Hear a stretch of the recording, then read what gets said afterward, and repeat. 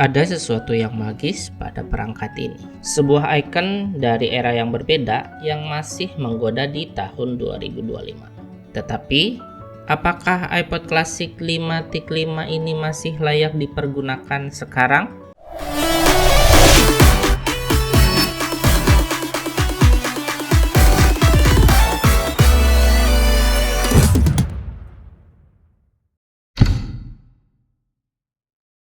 Dirilis pada tahun 2006, versi ini adalah salah satu favorit para kolektor.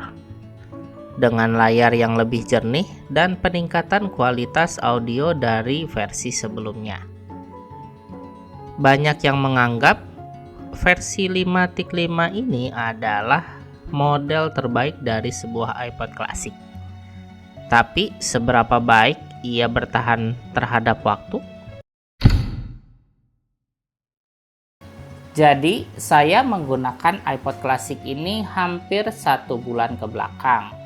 Dan beberapa hal menarik ini yang saya dapati saat menggunakan iPod Classic 5.5 di tahun 2025 ini. Yang pertama akan saya bahas mungkin kelebihannya terlebih dahulu dari iPod Classic 5.5 yang saya pergunakan di tahun 2025 ini. Yang pertama adalah kapasitasnya yang lumayan besar. Untuk iPod seri 5.5 ini mulai dari 30 GB sampai 160 GB. Aku ini ngambil yang seri 80 GB. Yang kedua adalah kualitas suaranya yang khas dan mendalam. Suara yang dihasilkan oleh iPod ini termasuk yang enak. Walaupun iPod ini keluar hampir 20 tahun yang lalu, suaranya masih bisa diadu dengan DAP-DAP yang kekinian. Yang ketiga, jika agan-agan langsung mengganti iPod ini dengan baterai yang baru, untuk penggunaan mendengarkan musik ini bisa sampai dengan 10 jam. Dengan kata lain, ini bisa mendengarkan musik untuk waktu yang lumayan lama ya.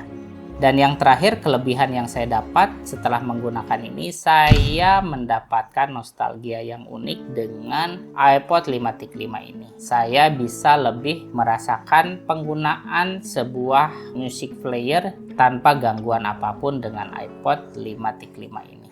Lebih ke nostalgia pribadi sih sebenarnya.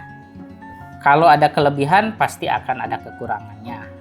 Di antaranya kekurangan dari iPod 5.5 ini adalah yang pertama itu sudah pasti tidak mendukung streaming online ya. Jadi dia nggak bisa stream Spotify ataupun Apple Music. Ini beneran offline ya.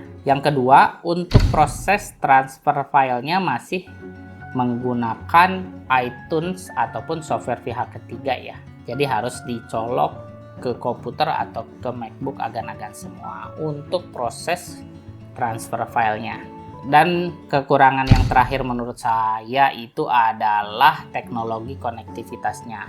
iPod ini berumur hampir 20 tahun yang lalu, tepatnya rilis di tahun 2006, maka untuk konektivitasnya itu dia beneran hanya mengandalkan kabel.